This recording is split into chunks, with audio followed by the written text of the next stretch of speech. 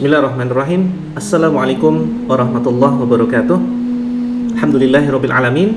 Bunda pejuang garis 2 yang dirindukan syurganya Allah, kita telah menyimak materi tentang self reflection terapi, di mana pada terapi self reflection ini kita akan membiasakan diri untuk terus melakukan muhasabah, introspeksi, merenungi segala macam perbuatan dosa dan kesalahan yang sering kita lakukan setiap saat. Dan inti dari self reflection terapi adalah kita akan berusaha terus untuk istiqomah melafazkan istighfar, astaghfirullahalazim, secara rutin setiap harinya paling tidak 100 kali. Bukan hanya melalui lisan saja, tetapi hati kita mengakui bahwa kita sering melakukan banyak kesalahan, kemudian berkomitmen, berjanji kepada Allah untuk tidak melakukan kesalahan yang sama. Bunda pejuang garis 2 yang dirindukan surganya Allah, ketika kita sudah berusaha istiqomah, terus beristighfar, mohon ampun kepada Allah, maka yakinlah keajaiban Allah akan segera hadir di dalam kehidupan kita. Banyak kisah yang luar biasa yang menceritakan tentang keajaiban istighfar sudah tidak terhitung. Banyak kaum muslimin yang mereka memiliki banyak masalah kehidupan, dari mulai masalah ekonomi, masalah penyakit yang sudah divonis tidak akan bisa disembuhkan, hingga masalah belum memiliki keturunan. Dan keajaiban itu, alhamdulillah, atas izin Allah bisa mereka dapatkan, dari mulai dilunasi hutangnya, sembuh dari penyakit kronis, dimudahkan menyelesaikan masalah keluarga, bahkan masalah-masalah yang menurut akal manusia tidak mungkin bisa diselesaikan, hingga kemudian mendapatkan keturunan yang terbaik yang mereka idam-idamkan. Semua itu alhamdulillah bisa terselesaikan dengan perantara istighfar. Allah memberikan janjinya, Allah memberikan keajaiban kepada orang-orang yang terus beristighfar, kepada orang-orang yang terus mendekat kepadanya dan meminta ampun kepada Allah Azza wa Jalla. Ada seorang ulama tabi'in, yaitu bernama Imam Hasan Al-Basri. Beliau ketika ditanya oleh seseorang, "Wahai Imam Hasan Al-Basri, tolonglah aku, saat ini musim paceklik, aku mengalami kerugian." Maka apa jawab Imam Hasan Al-Basri? Beliau menjawab, "Beristighfarlah kepada Allah." Kemudian datang lagi orang yang berikutnya, "Wahai Imam Hasan Al-Basri, tolonglah aku, berilah sebuah solusi. Aku hidup dalam kemiskinan, sulit mencari harta." Apa kemudian jawab Imam Hasan Al-Basri? "Beristighfarlah kepada Allah." Kemudian datang lagi orang berikutnya, "Wahai Imam Hasan Al-Basri, aku sudah lama menikah tetapi belum memiliki keturunan. Tolonglah aku, berikan solusinya." Apa kemudian jawab Imam Hasan Al-Basri? "Beristighfarlah kepada Allah." Kemudian ada seseorang yang bertanya, "Wahai Imam Hasan Al-Basri, kenapa banyak orang yang meminta pertolongan kepadamu dengan berbagai macam masalah, tetapi engkau hanya memberikan satu solusi, yaitu istighfar kepada Allah?" Kemudian Imam Hasan Al-Basri menjawab, "Sesungguhnya bukan aku yang memberikan jawaban, tetapi Allah sendiri yang sudah memberikan solusinya." Di dalam Al-Quran surat Nuh ayat 10 hingga 12. A'udzu billahi minasyaitonir rajim. Faqultu astaghfiru rabbakum innahu kana ghaffara. Yursilis samaa'a 'alaikum midrara wa yumdidukum bi amwalin wa banin wa yaj'al lakum jannatin wa yaj'al lakum anhara.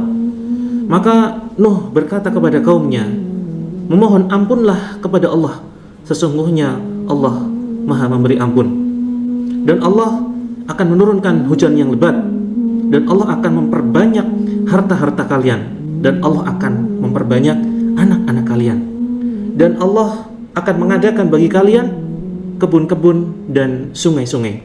Pada intinya, ayat di dalam Al-Quran surat Nuh tersebut, Allah menjanjikan bagi orang-orang yang beristighfar, memohon ampun kepada Allah, maka Allah akan limpahkan, anugerahkan berbagai macam harta, berbagai macam solusi berbagai macam rizki dari arah yang tidak disangka-sangka.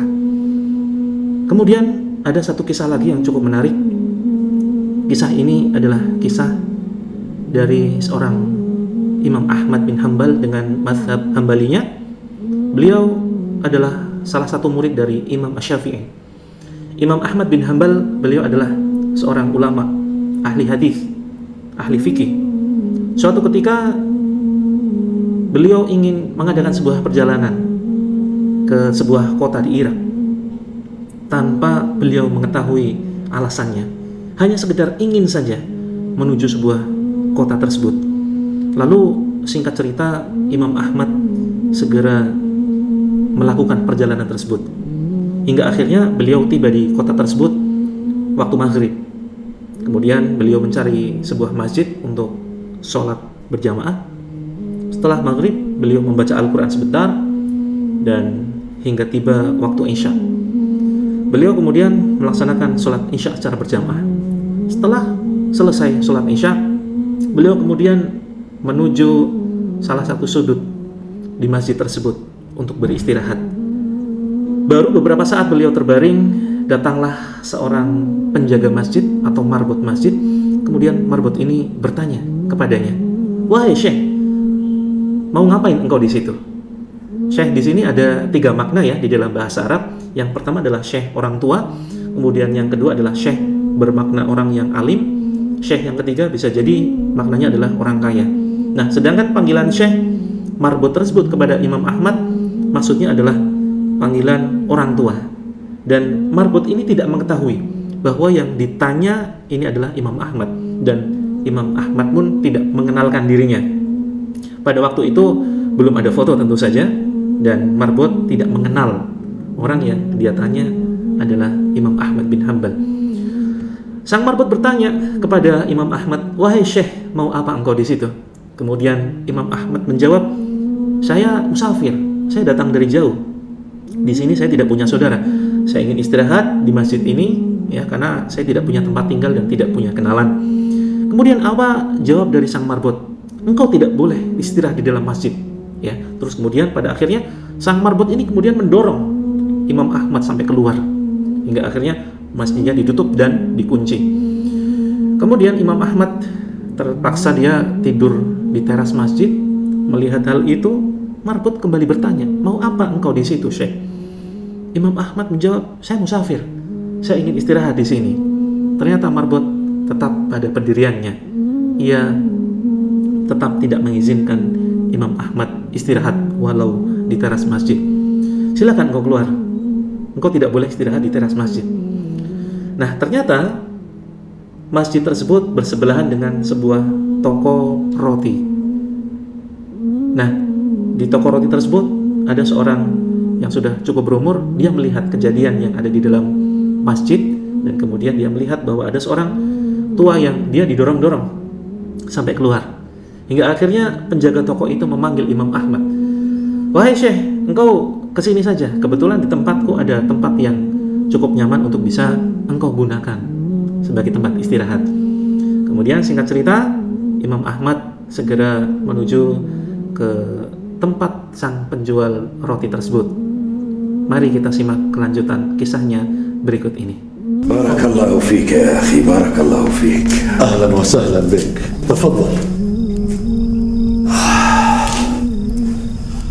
ما الذي جعلك تغفو على قارعة الطريق يا أخي؟ أنا رجل مسافر كما ترى، وقد عرجت على ذاك المسجد كي أغفو فيه حتى الفجر، ثم أصلي الفجر وأتابع مسيري، ولكن آذن المسجد سمحه الله وغفر له منعني بحجة قفل باب المسجد. سامحه الله وهداه. اغفو هنا في فرني حتى الفجر. بارك الله فيك. Kemudian tukang roti tersebut melanjutkan aktivitasnya. Tetapi uniknya, setiap kali sang tukang roti memasukkan telur, mengaduk adonan, mencampurkan tepung, dia selalu berzikir kepada Allah, selalu mengucapkan istighfar kepada Allah. Maka hal ini membuat Imam Ahmad bin Hanbal penasaran dan bertanya kepada sang tukang roti. اسمح لي بسؤالك يا أخي. تفضل اسأل. هل قطفت ثمار تسبيحك واستغفارك هذا؟ نعم والحمد لله، ما دعوت دعاء إلى الله إلا استجابه الله لي، إلا دعاء واحدا لم يستجبه الله لي حتى الآن. لقد شوقتني والله. وما هو هذا الدعاء؟ أن أرى الإمام أحمد بن حنبل.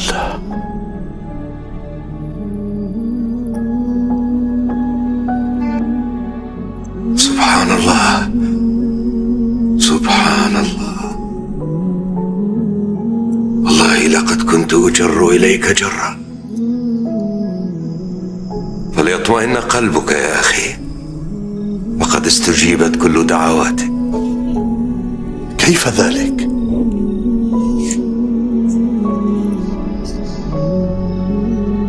أنا العبد الفقير لله أحمد بن حنبل. أنت الإمام أحمد بن حنبل؟ الحمد لله، الحمد لله، الحمد لله.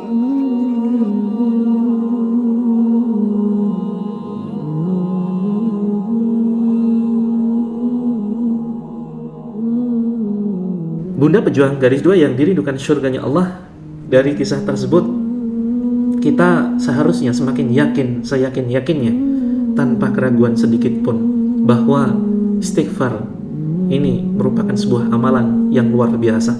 Istighfar adalah amalan yang bisa mengundang keajaiban dari Allah Azza wa Jalla.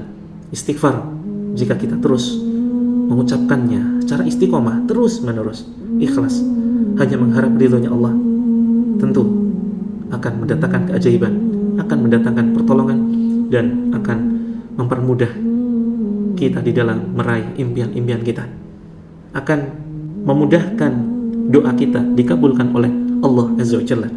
Maka Bunda pejuang garis 2 yang dirindukan surganya Allah, mari sejak saat ini, detik ini, mari kita terus jadikan istighfar sebagai sebuah kebiasaan kita. Jangan sampai kita berdiam diri tanpa lisan kita mengucapkan istighfar. Jangan sampai kegiatan kita, waktu kita gunakan dengan sia-sia. Kegiatan kita manfaatkan dengan hanya sifatnya duniawi saja, tanpa diiringi dengan istighfar. Mudah-mudahan Allah selalu memberikan keistiqomahan kepada kita untuk terus melafazkan istighfar hingga akhir hayat kita, dan mudah-mudahan Allah menerima semua amal-amal kita, Allah mengampuni dosa kita, dan pada akhirnya Allah mengabulkan doa dan permintaan kita, khususnya yaitu mendapatkan buah hati yang salihah. Mudah-mudahan yang sedikit ini bermanfaat, kurang lebihnya mohon maaf. Assalamualaikum warahmatullahi wabarakatuh.